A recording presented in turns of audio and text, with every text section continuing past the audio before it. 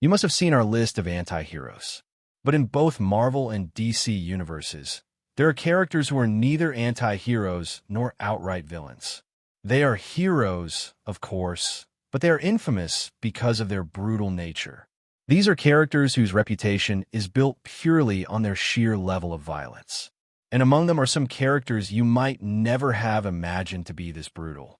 So today's video is all about that. We're going to talk about those characters who are extremely brutal, aggressively violent, sometimes so subtly violent that you may have seen it but never noticed. So without wasting any time, let's begin. And I want to start this list with the most shocking character, Thor Odinson. Now, for those who felt surprised hearing this name, let me clarify. Thor is not only brutal in the comics, but also in the Marvel Cinematic Universe. But have you ever really noticed it? Let me show you. In his very first movie, just to end a conflict, Thor voluntarily went to Jotunheim and fought the frost giants alone. Remember, Laufey merely taunted him a little, and Thor smashed his face in response. Thor single-handedly crushed the entire frost giant hall during their royal assembly, and then casually said, "At least make it challenging for me." And if you want to understand what Thor's reputation used to be, recall the Vanaheim War from the Dark World. A battle that had been going on for days came to an end the moment Thor arrived. Across all 9 realms, everyone knows that when Thor steps into the field, problems end right there. In the final battle of the Dark World, when Malekith attacks Thor with an Infinity Stone Charge blast, Thor simply says, "I thought you'd hit harder with your new power." His brutality becomes even more obvious in the confrontation scene of the first Avengers movie. When Thor meets Tony and Cap for the first time, he was genuinely ready to kill them. The lightning strike he used on Iron Man could have killed any normal person. Tony only survived because his armor was able to absorb the power through the arc reactor. Thor didn't even know how Cap's shield worked when he struck him. He attacked him with full intent to crush his skull. No hesitation. Think about it. Using a cosmic hammer to smash a human's head. Even now, would you still say Thor isn't violent or brutal? Now let's move on to a character Batman could never become, Red Hood. Jason Todd, Red Hood, is the kind of vigilante many fans wish Batman actually was. Jason Todd was Batman's second Robin, but he was beaten to death by the Joker using a crowbar. When Jason was resurrected, he returned with rage, trauma, and vengeance burning inside him. And that rage turned him into Red Hood. Jason is extremely irritated by Batman and the Bat family, and he has his reasons. Jason found out that Batman never avenged his death, allowed the Joker to live, and even replaced him with a new Robin. That only fueled his anger further. But what sets Red Hood apart from others is his violent and unforgiving nature. He believes in completely eliminating crime and criminals. At one point, he even started killing every prisoner inside a jail and poisoned their food supply. When he returned after resurrection, the very first thing he did was hunt down the Joker. And this time he beat him mercilessly with a crowbar, leaving him half dead. In Batman 3 Jokers, issue number 1, he directly shot one of the Jokers, the Clown Prince of Crime, straight in the head, ending him for good. And now we come to the character whose 2 personalities are calm, but the third one is pure violence, Moon Knight. In the Moon Knight series, we first meet Stephen Grant, and soon we learn that Stephen is neither the real name nor the original personality. In reality, he is Mark Spector.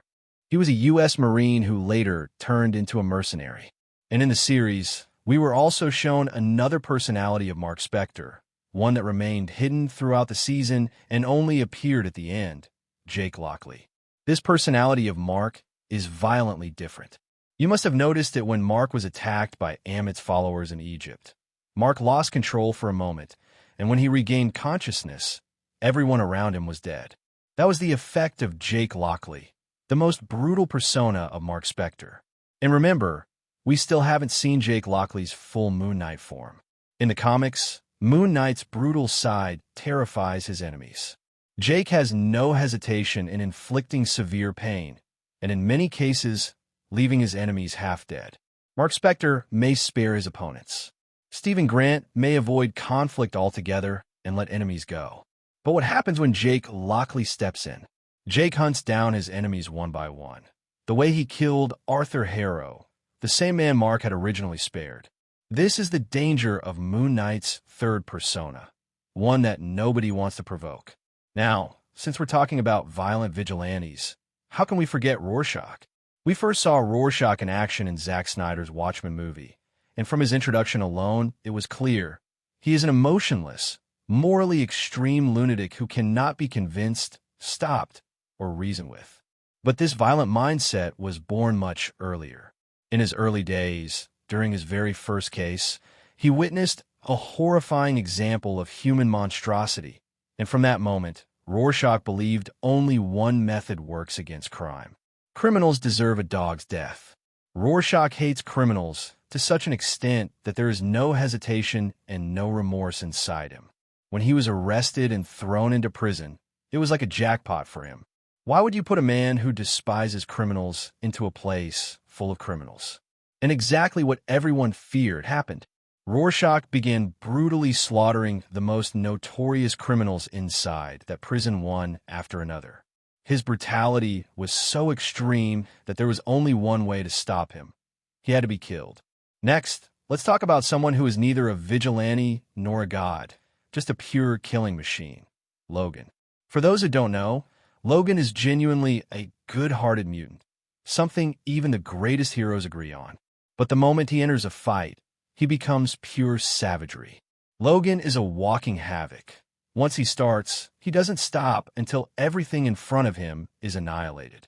As mentioned earlier in our Unknown Facts video, Wolverine jumps into battles blindly, without any fear of death. Logan is so violently intense that even the Hulk has felt fear because of him. In the Old Man Logan storyline, when the Hulk gang kills Logan's family, he goes on a rampage and wipes out an entire town of Hulks alone. His massacre is so terrifying that when the remaining inbred Hulks finally face him, they tremble inside. After that, Logan kills She-Hulk and even Bruce Banner's Hulk himself. When he escaped from the Weapon X program, we saw the same savagery. Logan slaughtered nearly every guard in that facility on his way out. And yet, the best thing about Logan is that he knows how to differentiate between the innocent and the guilty. He is savage, but he is righteous. So these are the 5 most violent characters from Marvel and DC. I could have listed more, but we'll save that for another day. Peacemaker, Deadpool, Ghost Rider, and Venom are still waiting. Now you tell me, among all these characters, who do you think was the most violent? Should Batman have been included in this list? Should we have mentioned Hulk as well? Let's talk about all this in the comments. If you enjoyed the video, don't forget to hit the like button and subscribe to the channel.